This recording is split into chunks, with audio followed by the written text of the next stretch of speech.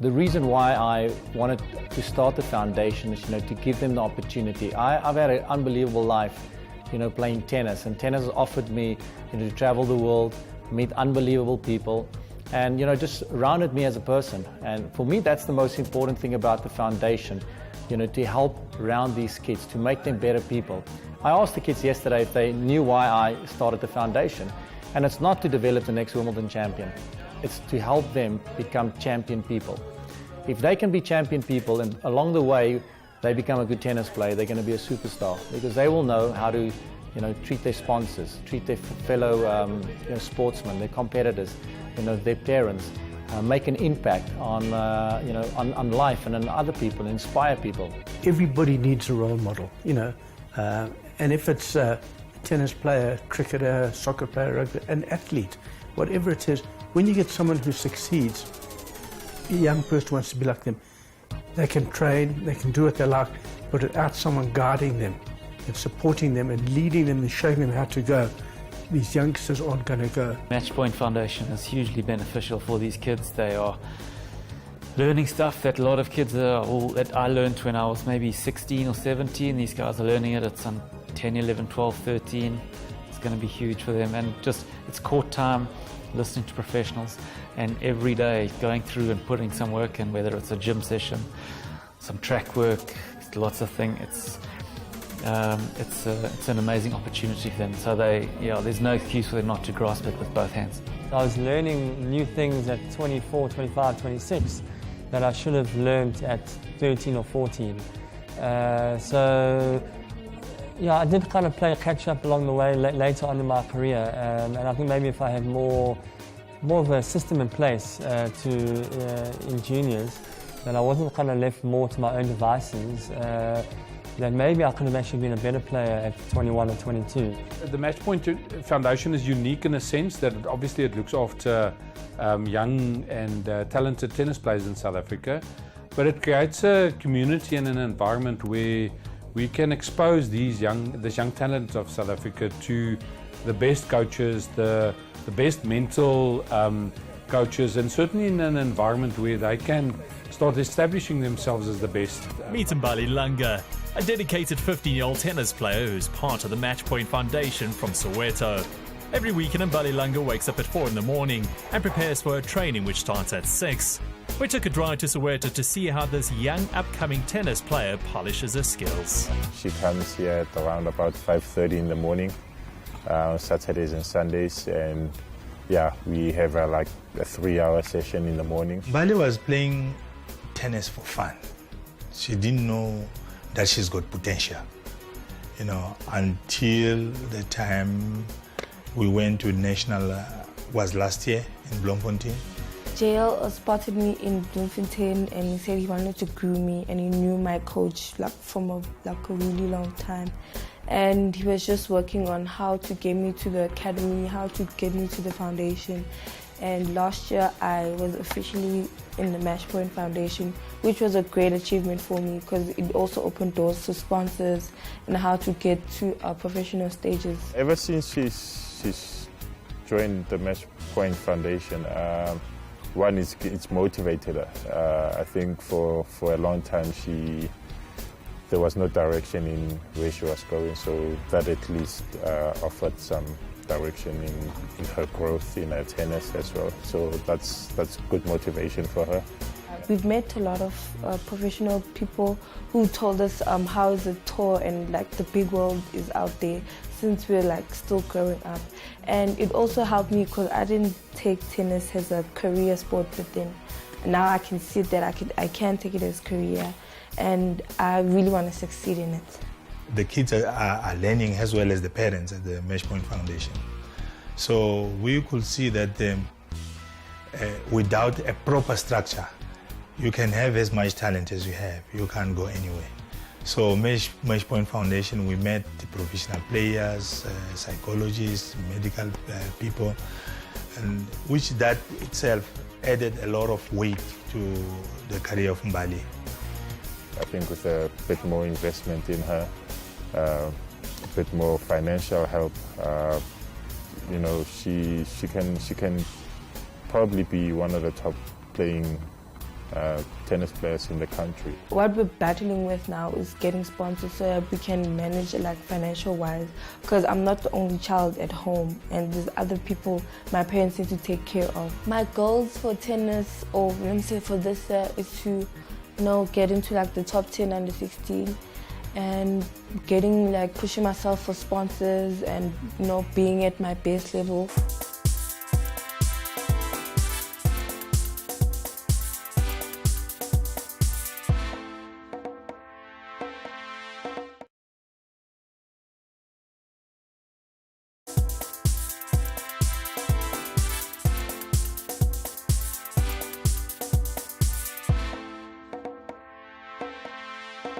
The Matchpoint Foundation held its 4-day camp, which happens twice a year, where former players came and gave their knowledge to the young upcoming stars. Specialists are also there to give them training and equip them to be professionals mentally and physically. We must stop telling these kids how good people are overseas, how great the facilities are, how great the coaches are. We have some of the best in our own country.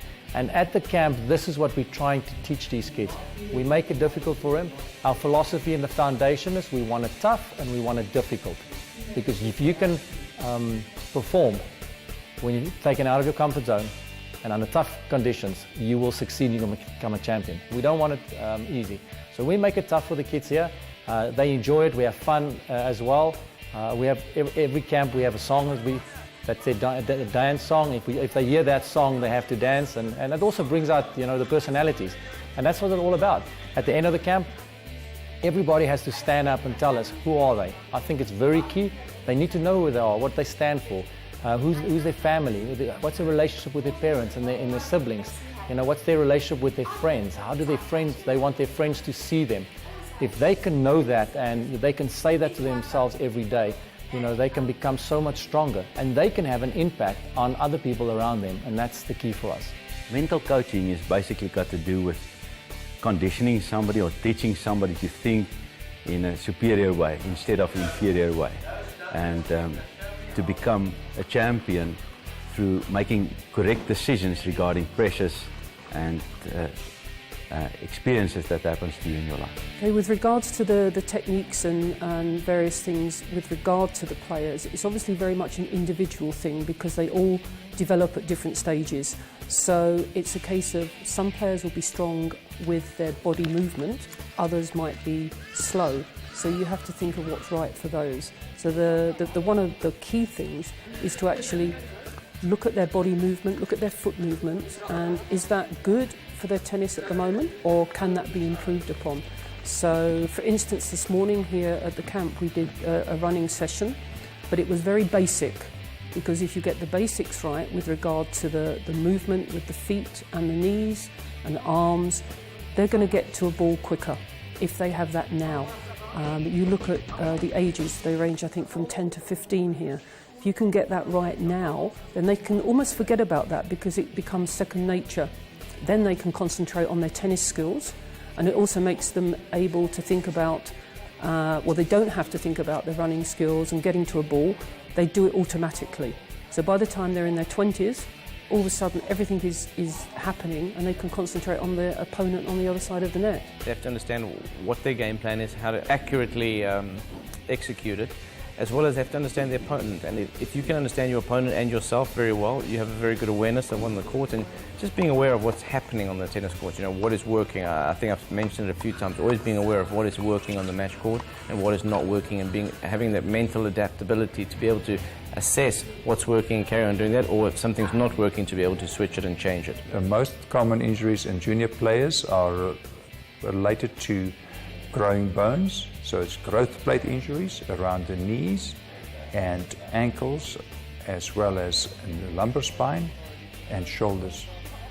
Most of these injuries can be prevented, and it is essential that these players are looked after when it comes to the coaching, the right technique, physiotherapy, and the right injury prevention training programs. as a tennis player, if you're physically very adaptable and you're physically in very good shape, I think that really lends itself to making sure that you're mentally very adaptable as well. You need to have both attributes. You need to be very, very fit and very strong to be able to play tennis and to compete at the highest levels. My growth before and after Matchpoint has been amazing.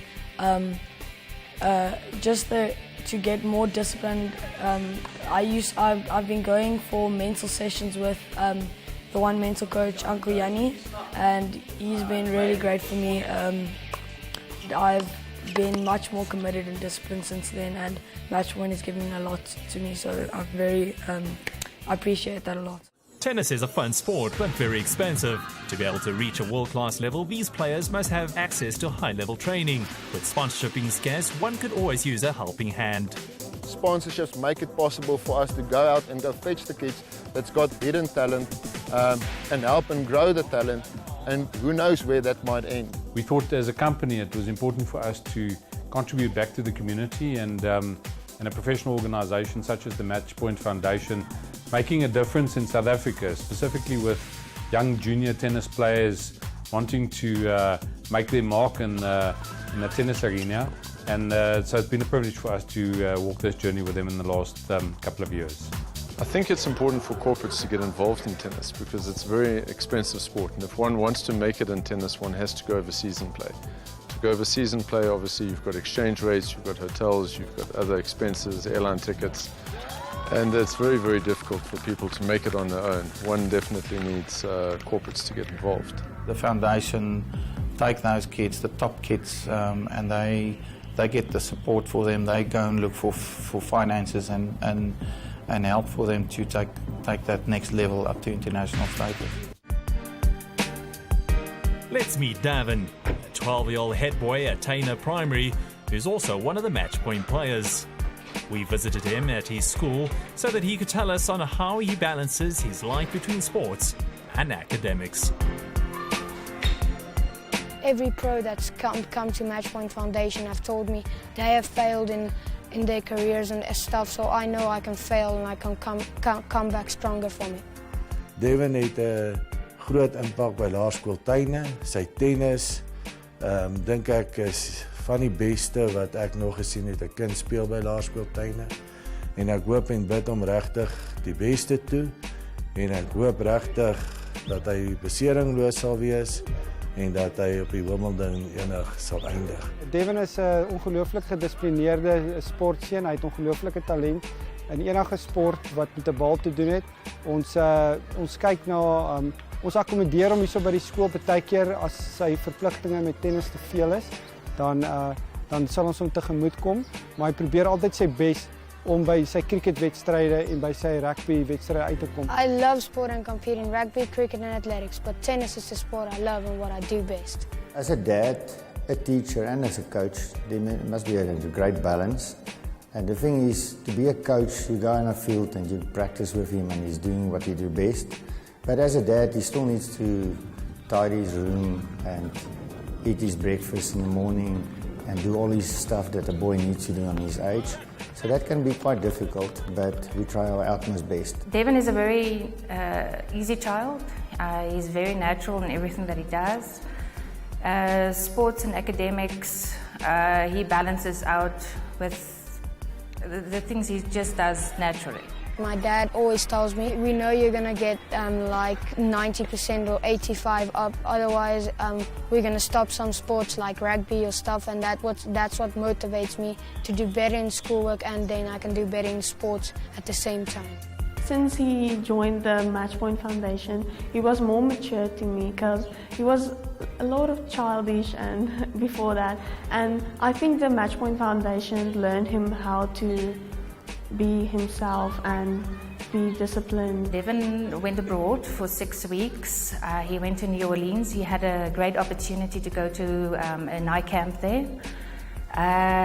The thing for us was that he traveled alone. It was very emotional because he was only 12 years old at that stage. He had to catch up all the assessments that he missed, and he did so with distinction. And he did it in very quick time because he didn't have a lot of time left before the end of term, so he did extremely well.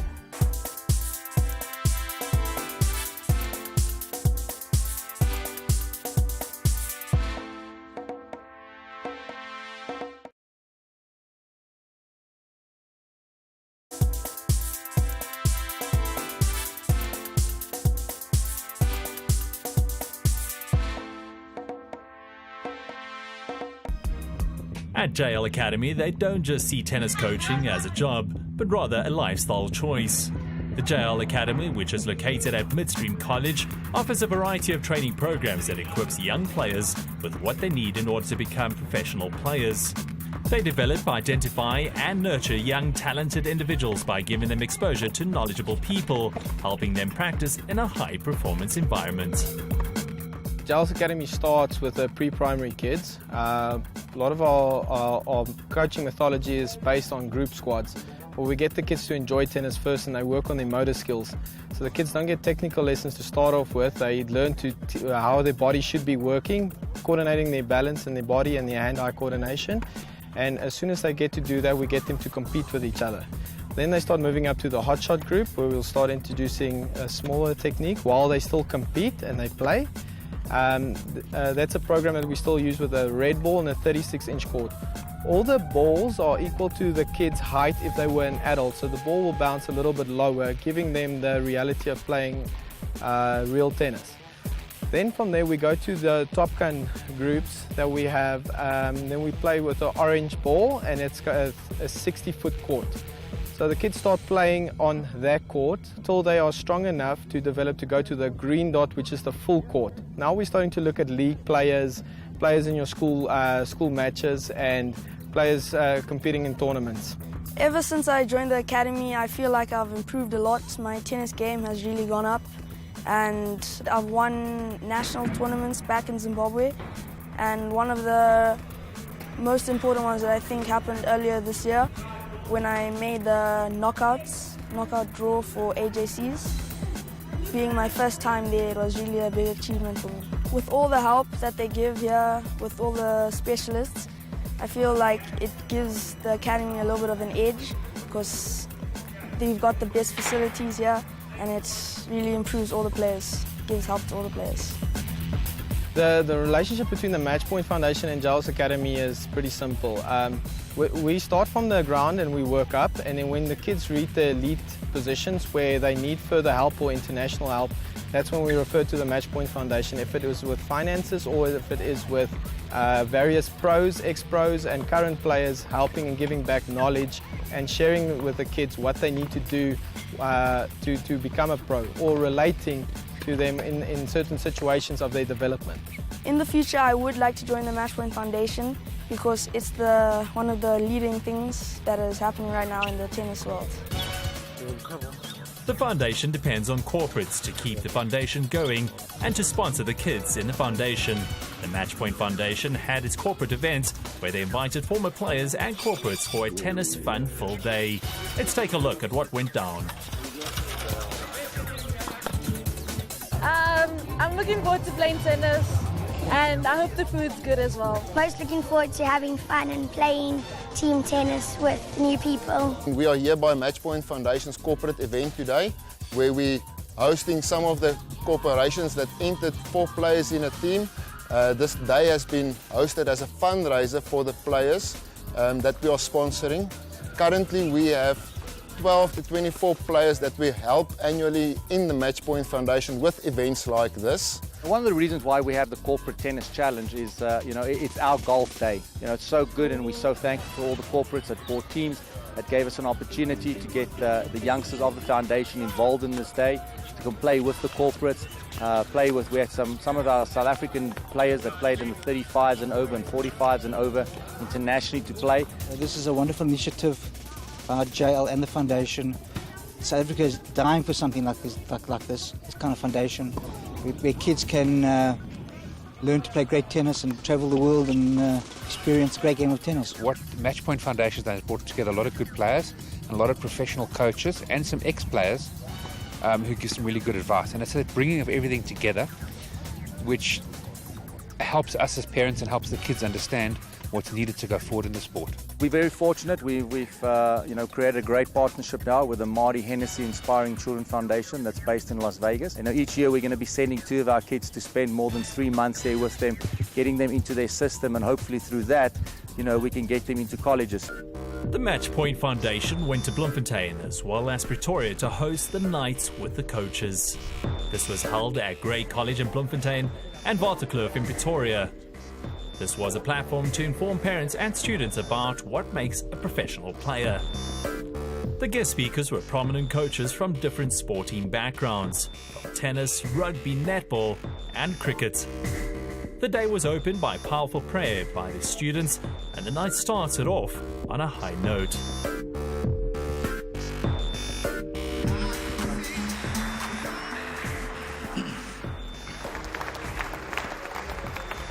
Baie dankie dat julle vanaand gekom het. Lekker om hier by Waterkloof te wees. Ek het 'n lang paadjie gestap. My kinders was hier op skool, so dis baie lekker om hier te wees en dankie vir al die ouers, afrigters en die kinders wat hier is. Hoopelik gaan julle vanaand baie leer. Dit is 'n baie spesiale ding wat jy hier aan mekaar geslaan het. Hoe het hierdie idee eers begin ontkiem in jou kop, the night of the coaches? Wat het gebeur? Dankie Anne en eers wil ek baie welkom sê aan almal en dankie vir die geleentheid hier by Grey. Is ongelooflik om hier te wees. Ek dink as jy instap, die tradisie omvang jou en dit is ongelooflik om hier te wees. So baie dankie. Anne, toe ek tennis gespeel het, ek baie van my vriende het deelgeneem aan ander sportsoorte en ek het altyd gedink ek moet gaan leer by hulle. Dit was interessant, ek en Sean het onder 15 teen mekaar cricket gespeel. So ek het op 'n stadium moes gekies het teen my sportsoorte, maar ek het so baie geleer van my vriende in ander sportsoorte en toe dit gekom te gesien die parallelle wat jy kan trek tussen sport en besigheid. En ek het gevoel dat daar's 'n leemte veral by skole. Julle gaan lag daaroor, maar julle sal weet ek praat, julle sit daar en julle weet van dit. Die ouers moan oor die coaches en die coaches moan oor die ouers. So en ons was deel van dit. So ek het gevoel ons moet daai leemte gaan vul deur die beste afrigters in Suid-Afrika te kry, spelers, voormalige spelers. Hoe kan ons die ouers, die afrigters en die kinders leiding gee om beter te wees? Hoe hanteer jy jou kind as jou kind daai droom het om 'n professionele sportman te wees? En dis basies waarom ons dit begin het en Night of the Coaches is deel van die Matchpoint Foundation wat ons 'n paar jaar terug begin het. 'n Speler gaan nie vir my toeganklik wees tot die skill of die vaardigheid wat ek moet leer as hy nie die lewe en die vereistes van die lewe verstaan nie. Ons het nooit regtig met ons ouderdomgroepe gekompeteer nie. Ons het altyd in ouer ouens gespeel. Wat beteken jy het jou game geleer by mense wat beter as jy is. A true coach say, "Come here. I want to find out who you are. And when I know who you are and I know what your goal and your dream is, I know exactly what to do with you." Elkeen se behoefte verskil. As jy nie X kry in die span verband nie, dan gaan ek hopelik Janie daag hulle altyd uit.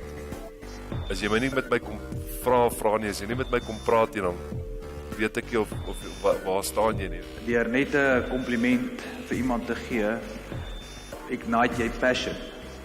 En dit gee jou energie. So as jy voel jy wil 'n verskil maak, want dis wat ons afrigters maklik sê, is dit om iemand te inspireer om net 'n kompliment te gee, dalk net te sê dit was goed of dit was goed. Jy het my verbaas. Almal kan nie springbokke word nie. Dit beteken nie die jong sportmense en vroue vandag moet nie droom nie. Jy moet droom, want as jy nie droom nie, gaan jy in elk geval nie daar kom nie. So dit is 'n realiteit en ek dink dit is belangrik dat spesifiek ouers ook verstaan. 'n Ou kan ondersteun, maar dit is nie te sê jou kind gaan al die pad gaan. Ek het as 'n klein seun het ek die droom gehad om professionele sport te kan doen. Daar was net een klein probleempie en dit is dat ek nie noemenswaardige talent gehad het vir sport. So ek moes iets anders kies en besigheid was dit. So ek het altyd geweet iewers gaan hierdie naam ter sprake kom. Ons tagline van Goals Achieved.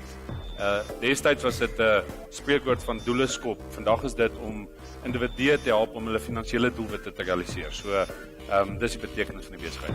Everyone wants the fast fix, so you might listen to Franco's ideas for 3 months and then you want to speak to another coach who maybe give you some other ideas. So I think that's the difficulty, and the one thing that you can't get away from is the skills part.